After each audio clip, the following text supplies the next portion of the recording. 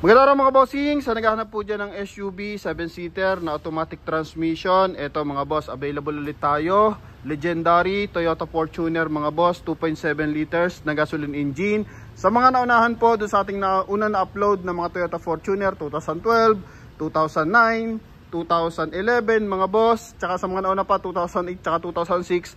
So ngayon mga bossing, available tayo ulit mga boss. Ano? Kasi kahit ito mga boss, old but gold to mga bossing Pag Toyota Fortuner mga boss, lalo ngayon medyo maulan, so kailangan natin mataas ang ground clearance. Ito ang hinahanap natin, quality na Toyota Fortuner mga boss. So bagong panalo natin to sa Toyota Makati mga bossing. Presentable to, in and out mga boss. Meron lang tayong mga minor concern about sa gantong unit mga bossing. So ito mga bossing is 2010 model. Yan ha. Okay, kulay black to mga boss. G variant.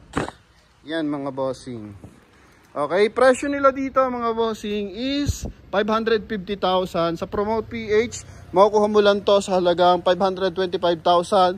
Kasama pa yung transfer of ownership mga bossing. Yan. Okay, so mahalaga, pinapangalagaan natin yung transfer of ownership para meron tayong peace of mind both of sides. So kayo nagbenta, kayo nakabili, so kung hindi natin ta-transfer yan, so naka-open deed of sale lang yan. So, if in case may mga concern pa sa papeles, late natin malalaman. So, dito sa Promote PH, tatapusin agad natin yan mga boss. Ano? Para kung peke yung papeles na nabenta natin sa sakyan, balik agad yung pera nyo mga bossing. Kasi kung palilipasin nyo pa yan, nabili nyo, open deed of sale, tapos, nalaman nyo pala peke yung papeles after 1 year, o kaya, meron pa mga huli, yung mga previous owner. So, ano naman yun, kumbaga kayo na mag-absorb noon. So dito sa atin sa Promote PH, wala na, magkakaroon kayo ng peace of mind dito kasi tatapusin natin, tatransfer agad natin sa pangalan nyo mga boss. Ano? Para kung may mga huli, shoulder ng dealer yan mga boss. Okay, lalo na naka-NCAP ngayon, so mas maganda sa inyo nakapangalan nyo yung mga sasakyan mga bossing. So front area muna tayo, coding neto is Friday ending 9. So presentable yung kanyang headlight, walang basag mga boss. Okay, pati yung kanyang kulay gray na grill. Ganun din sa ating fog light mga bossing. May mga minor scratches lang to, kaya papakita natin. Then may dimple ng bahagya. So mga minimal naman mga bossing. Kung hindi naman kayo masailan sa ganung klase ng issue, so pasok na pasok to sa inyo mga boss, kasi may isang makina na ito mga bossing. So ito mga boss is naka Bridgestone tiles. Papalitan lang natin na mas makapal na gulong, kasi ito is kalbo na. Pero sa likuran, maayos ang likod na ito mga bossing. 85% tread life pa mga bossing. R17 ang mags na ito mga boss, na naka 6 stud. Kulay silver. Yan. Then, pagdating sa step board mga boss, buo ang step board. Naka-chrome yung ating side mirror cover, door handle, may rain visor, tsaka meron siyang roof rail. Yan. Then, punta tayo sa ating interior mga boss.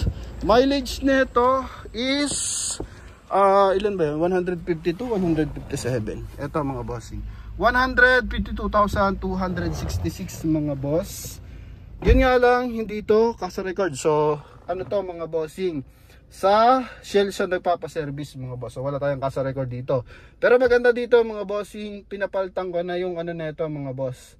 Yung cylinder head gasket. Kasi nung nakuha namin, bago i-detail, may mga basa-basa sa siding. So, yun, pinapalitan na. And goods na goods, papakita ko to sa inyo ngayon mga bossing, pinalta ng bago. Then dito sa ating door panel, leather, wood accent mga boss. One din audio system, yan. Dual airbag, so buo naman siya mga bossing. Pina-upholstery lang natin yung ating steering wheel mga boss. Okay, yan, so yung kasi nagbabakbak, manipis kasi ang leather dyan Then, eto window. Check natin yung kanyang power adjust side mirror. Ito mga boss. Yan mga bossing. All goods naman. Okay. Then dito, lagyan ng bottled water holder. So noong nakaraan yung 11 natin reserve na. Bali gagamit na yung ating buyer na piloto na taga Bacolod mga bossing. Tapos yung lithium color natin na ganito rin 2009 na 465 ata yung presyo. So nakuha na rin siya mga bossing. Kaya talagang mabibilis talagang Fortuner ngayon. Kasi legendary to, kahit saan ka pumunta, maraming pyesa. And yun nga, quality mga boss. Yan 2010 10 model yan mga bossing, pero pino ng tunog. Upuan, maayos ang upuan natin dito. Okay, naka leather yan. Makikipagsabayan pa to sa mga modelong unit mga bossing. Ito yung kanyang second row, may armrest pa siya dito mga boss.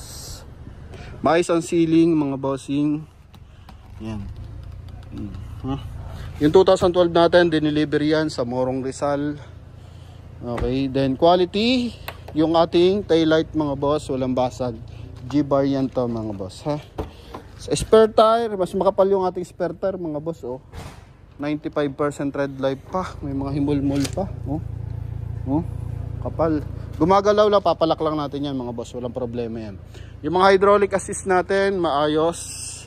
Yan, then sa panel, walang basag yan. 100% hindi to binaha mga bossing. Kasi hindi man tayo nagre-review ng binaha mga boss. So pag binaha, pang buy and sell lang yan mga bossing. Hindi pwedeng pang direct buyer yan. Okay? Yan, so kahit nga ako, hindi nga ako nagbabato sa kapwa buy and sell ng mga flooded unit mga boss eh. Yan, so ito mga bossing, kung gusto nyo 5-seater, 7-seater, optional. Then pwede siya maging lagay ng bagahe. Dito naman, walang basag, buo yung ating door panel. Back door panel ang tawag mga boss. Okay. Kabilang side, ito. Dito lang siya. Yan o. Inano na siya ng mga bossing. Tinip marka na siya bago siya madala dito mga boss. Pero kapirasong lang yan. Oh. Sa fender.